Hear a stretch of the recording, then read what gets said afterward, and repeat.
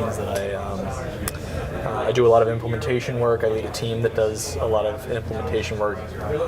Pretty much anything that goes into the game, maps, art, assets, the designers, setting up heroes and stuff like that. It all passes through tech design at some point, so there's a lot of work to be done to sort of make sure that all those pieces fit together and they interact well, and that we have as little bugs as possible. And my name's Alan Dabiri. I'm technical director on Heroes of the Storm. So you give the final okay on everything that he kind of I basically oversee the engineers mostly. So okay. All right, so let's kind of start off the bat. Exciting news, obviously, for you guys in terms of what you launched today. Let's get right into arena mode, because that's big and that's interesting. Just a question to start, but I would get more into the philosophy of what you guys thought about when you're going into arena mode. I mean, obviously, ARAM, the community has been talking about it for a long time, saying, ARAM would be great. Was arena mode an answer to the idea of ARAM, or was it more something that you generated internally and then kind of added your own spin on it? How did that kind of come about? go for it. We're fans of the genre, right? And we were familiar with ARAM, and a lot of us really liked it. But as with really anything that Blizzard trains its eye on, it's how can we make this better? Like, is there something interesting that we want to get out of this? Like, what are Heroes of the Storm as a game's strengths, and how can we lend that to a sort of fun mode where it's a little bit random? There's a lot of chaos. There's like a big map focus, and I think we sort of. I guess we sort of locked Mung, one of our lead map designer, in a room, and he just sort of worked on this mode for a while, and we really knew we had something special when the whole team just really wanted to play arena mode. So yeah, it's sort of an answer in that case, but it's a Blizzard answer. It definitely has. I mean, it definitely has those, like, the flavors of ARAM. But I think one of the nice things about it is that we're not just locked to the way that the expectation of that is, and that we can actually make changes to it and keep on expanding it. So we've got a couple of small arenas that we've got here that we're showing right now, but this feature is definitely still in development. We're showing it way early. This is something that's really cool about BlizzCon, is that we can show off things a lot early and get feedback from people and just kind of say, hey, this is in the current build right now, check it out, see what you guys think. We're going to kind of iterate on this thing, keep on adding additional elements to it, and see what turns up. Okay. So from, just to piggyback onto that, from an expectation level, like, let's help you guys set some expectations. We're looking maybe 2016 to see arena mode, or maybe... We haven't set a date yet, but most likely, hopefully in this coming year, that would be something that we'd release. Okay. So that's good news. We're still, yeah, very good news. Okay. More pertaining to arena mode too, like, how do you see that kind of like developing within the pro community? Is this something you think might latch onto a tournament scene as a side tournament for pro teams to play against each other, or do you think it's going to strictly be sort of an amateur kind of for fun thing? No idea, really. Our goal from the beginning, even with just Heroes of the Storm proper, was just to build a really fun game, and we definitely found some fun with this mode. So I'm very confident that people are going to enjoy it. Will the pros enjoy it? Will the pros find value in running tournaments on that? And by all means, like, it's a lot of fun to watch, and it's definitely an interesting map that other players, even that are watching the pros, can get into. So no idea, but it'd be maybe cool. In my mind, an exhibition with Cloud9 picking all Jaina and Tempo Storm picking all Arthas, and just I can actually see things like that going on. It's almost even like Archon mode in Void right now, where it's like this new thing. You're not clear. Okay, are they going to do this in esports? And then meanwhile, we've got some awesome show matches going on tomorrow or today. I forgot when it is. But so I think the same thing with Arena. You never know. We'll see what the community does with it. So. I think a lot of people don't realize the time that it takes to put things like this together. How long have you been working on the arena mode? It's been in development in some form or another for a little bit here, but it's kind of one of these things that's kind of been as a secondary thing, I think. Like John mentioned, we've had some guys off in a room somewhere working on it, come back and say, hey, what do you think about this? And then we have play tests at the office every week, and when they brought this out, like, we always get feedback afterwards from the play test, and after they showed this the first time, all the feedback was like, wow, that was the most fun I've had in a long time. Like, it's just this total chaotic, kind of really exciting, fun experience. So the fighting is immediate. I mean, Yeah. the gate's open and it's on. It's just a brawl. It's heroics flying It off, really and is, just like really is a brawler, right? Just jumping into that testing thing too, real quick. It said that you guys play about 3 months ahead of everybody. I know that was kind of like a broad window thrown out there. How much time do you guys spend actually playing in the live mode? Like, do you play at this? Like, is it hard to switch between the two, or? sometimes it's hard to remember. Oh yeah, we changed that at the office, but the change hasn't gone out. What bothers me is seeing a bug that we've fixed actually. And I go home and I'm like, the bug's still. Oh no. Is Zebo not doing And damage then I go in, we'll type an email like that bug was fixed like a week ago. So sometimes it is a little difficult to keep it all in your head, but Yeah. I don't know. A lot of us, myself included, go home and play live because it's just so much fun. We play every night. Yeah. So you guys are in between both all day. Yeah. Well, are we... So, I don't know if we're covering matchmaking and MMR or if that's going to be more tomorrow. We've added a couple things here recently. The 6 minute queues jumped to 10. Do we feel like that's helped? I know that's more of a high-end level. There's still the Reddit posts, and I kind of stay off Reddit because it's just toxic as all get out. But have we seen that help at all when it comes to those high-level, high-skilled players? I can speak a little bit to that. So matchmaking is this interesting thing where it's kind of a constantly it's an optimization problem. Right. We keep on making improvements and we keep on getting it better. Right. Where we started originally, and I'm gonna go through the whole spiel for it now. We kind of started from a matchmaker that really was inherited from StarCraft. Right. And StarCraft had this fantastic 1v1 matchmaker, and it was a really tight matchmaking. You felt like each game was really evenly balanced. Once we brought it into Heroes, we started layering on all these new rules that are specific to Heroes, which is a team-based game. You have different hero comps. You have rules where you can't have the same hero on the same team. You have party sizes, all this kind of stuff. And so we started adding all these rules on top of it. And while it worked, and we're actually, for the majority of the games, we actually have really good matches. However, like you mentioned, like with this 6 minute rule that now we've made to 10 minutes, you can end up with games that aren't that great. Yeah. And there's times when it will actually end up with a match that we're not happy with. We actually want to improve that. So specific to this change for the 10-minute rule, it's basically made less games that would be poor quality, in the sense that the reason why that would make poor quality games previously is when you hit that time, we're basically like, we're just going to find you a match. Yeah. We're going to go and look what's out there. But as a result, you might end up with someone who really is not the best person to have on there. Right. But what we're actually working on right now, and this is kind of, Dustin's going to talk about this in his panel, is that we're basically rebuilding the matchmaker. And so there's Making people very happy now. there's a lot of things we learned. I talked about us layering on all these rules, and we kept on enhancing it. And even more recently, we've actually put in a lot of rules that we have data. Like, we collect a ton of data. Yeah. Every single game that's played, all the metrics of what's going on in that game, we collect all this data, and then we can analyze it. And we've actually made these incremental improvements that have made matchmaking better. However, there are still enough times that a game will be formed that we're just not happy with that game. Right. And we want it to be better. And so that's where we're now taking this approach where, you know what, we need to rethink this. And so the way that we're doing that is by rebuilding this thing from the ground up to support this idea of these rules, and to not kind of build off of a foundation that literally wasn't designed for what we're doing. Right. So we have actually an entire matchmaking team right now that's actively working on this. They have an early version of it right now that we've already been running through. I mentioned all that data that we collect. Yeah. We've taken all these live games and we are able to run it through a simulator using this new matchmaker, and then get data on it. And already we're actually getting really great results. That's fantastic. So it's something we're working on right now. We hope to get it out as soon as we can, because we know that it's an area that people are really excited about. And then obviously, since it's new, there's going to be things we're going to keep adding to it and layering on it. So I'm not going to predict that it comes out tomorrow and it's like, Matchmaking's gonna be yeah, fixed. everything is solved and it's perfect. Like, I don't care what game you go in. There's going to be times when people say, you know what, I didn't feel that game was the best match. But it's something we're really focused on and we want to improve for sure. Dustin's gonna have a lot more details. Yep, That's he's tomorrow got a deep whole dive, right? panel that you're going to... Are we... I think it's actually the state of the game. State of the game. Yeah. Is there a possible MMR wipe, partial wipe, anything been discussed on that? We've been talking about it. So here's the thing. We don't necessarily want to just wipe MMR for no reason, because MMR does have value. It is basically your skill. And so part of the thing we're changing is the way we take those values and match people together. Okay. So we've talked about about a few things, all the way from just resetting Yeah. and starting over and doing a new MMR.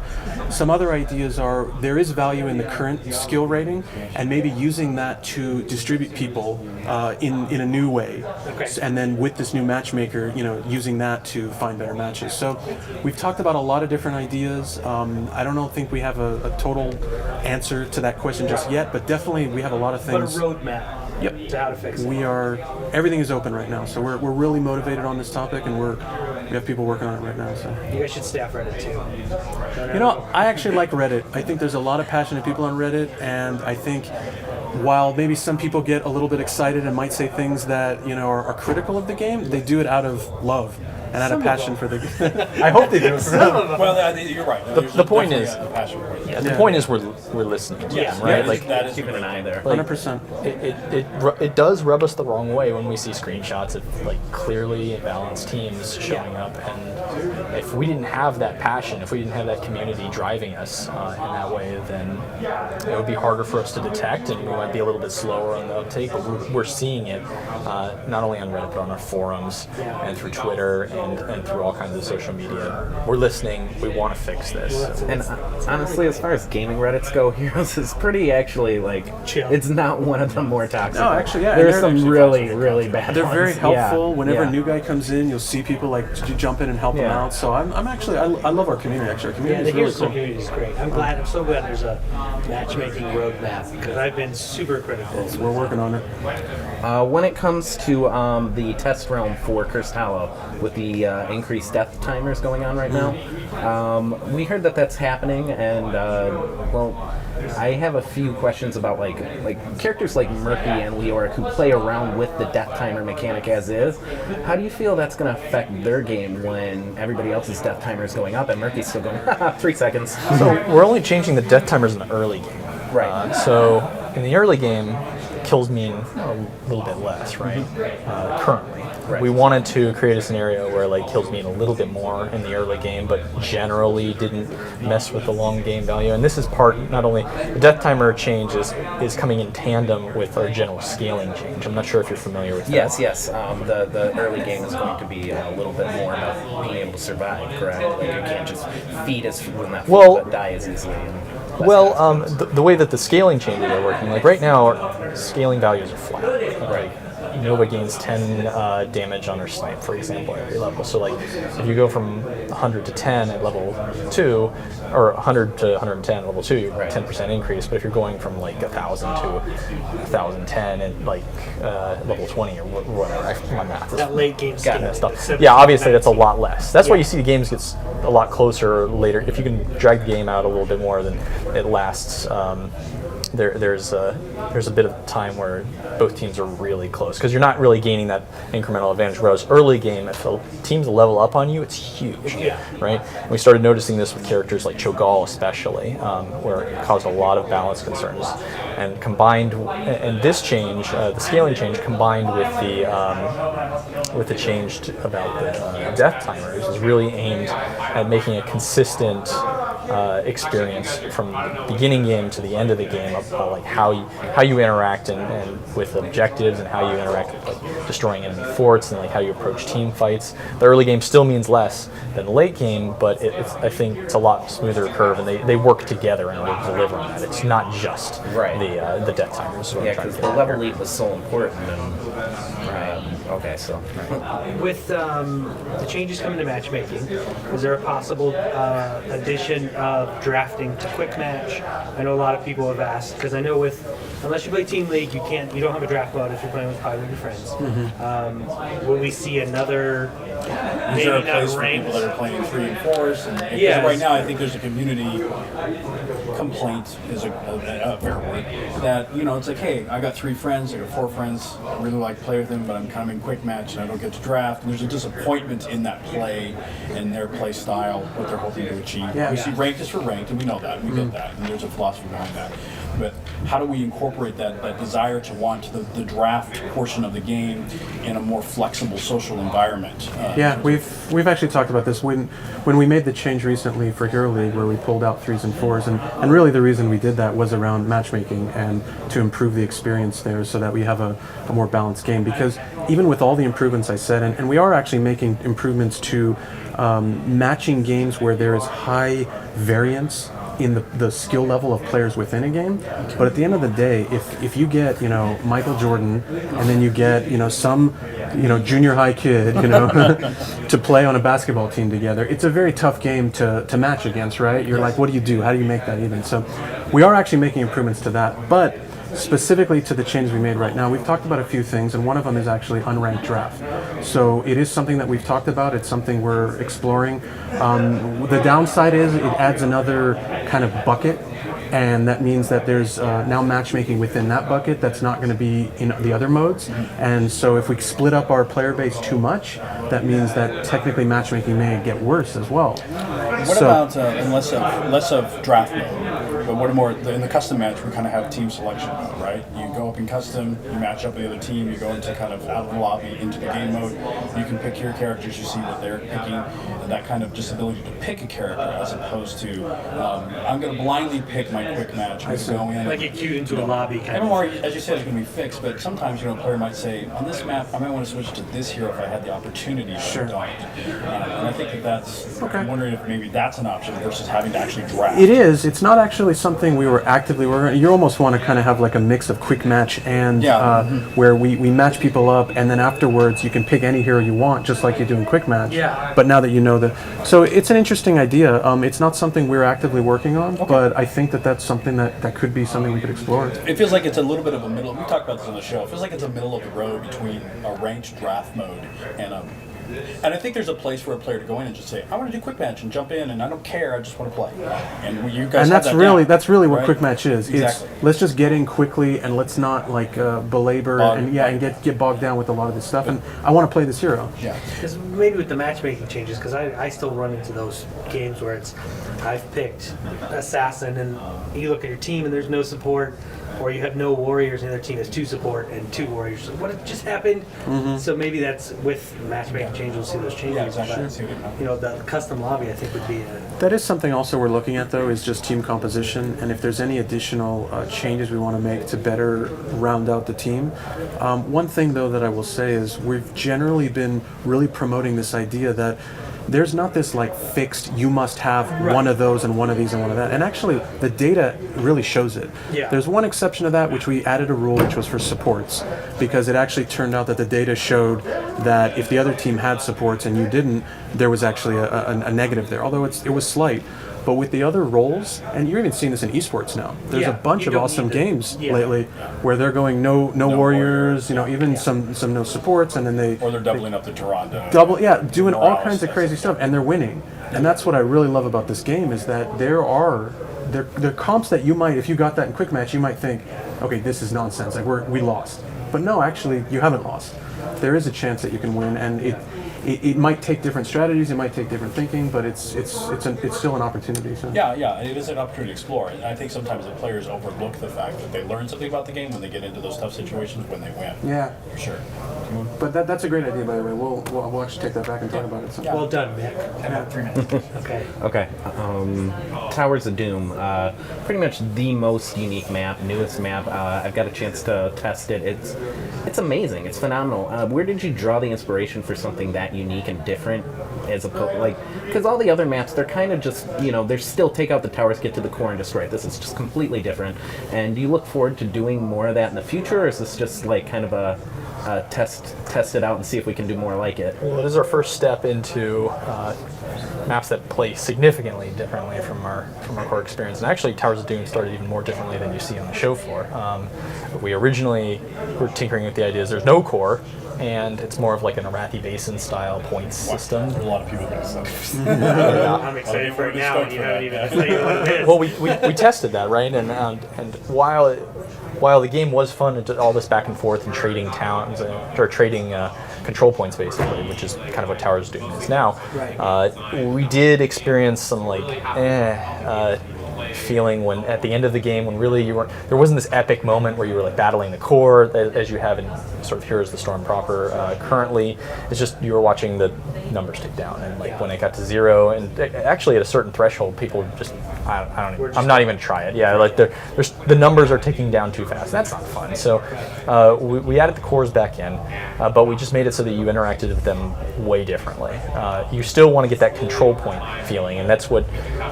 And we still have sort of the same game that we've been supporting all this time, which is like sieging downtowns and like trying to think strategically about those points. And those are natural defense points that the enemy players can adhere to. And tinkered with our mercenary camps and the way that minions work on those maps, and in order to create a game that's still very much Heroes of the Storm, but and will be in our normal map rotation as if it was any other map, right? But it just requires it's a bit of a different take on the map objectives where we're nuking down the core in a totally different way. So definitely expect more of that. The map team is really excited to try to cook up different ideas about how we might approach maps, the same way that we're trying to cook up different ideas about what kind of new heroes we can deliver on, right? Cho'Gall. I got one quick one that actually piggybacks off of Charlie's question. Maps in general, I've heard the pro players complain that there's too many maps, so they can take it. They're fine. But in general, you're getting to the point where you got a lot of maps now. Has there been any thought about potentially shifting any sort of weekly or monthly rotation for maps, and maybe pulling a couple out for a while? Yeah, actually, in fact, we've already done kind of a quasi version of that with the last couple of releases, where we shrunk down the map pool just so that people could see the new map a little more, and maybe.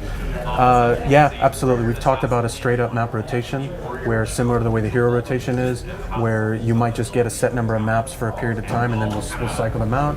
It's also possible eventually we might decide, you know what, this map, we're just going to take it out for a while, and you're not going to see it for a long time. Okay. And then maybe we bring in new maps. But it's definitely a concern where if we just keep adding more and more of these battlegrounds, especially for a new player when they come in, there's so many different game rules and mechanics that it can be challenging. So it's something for sure we're talking about. Awesome. Great.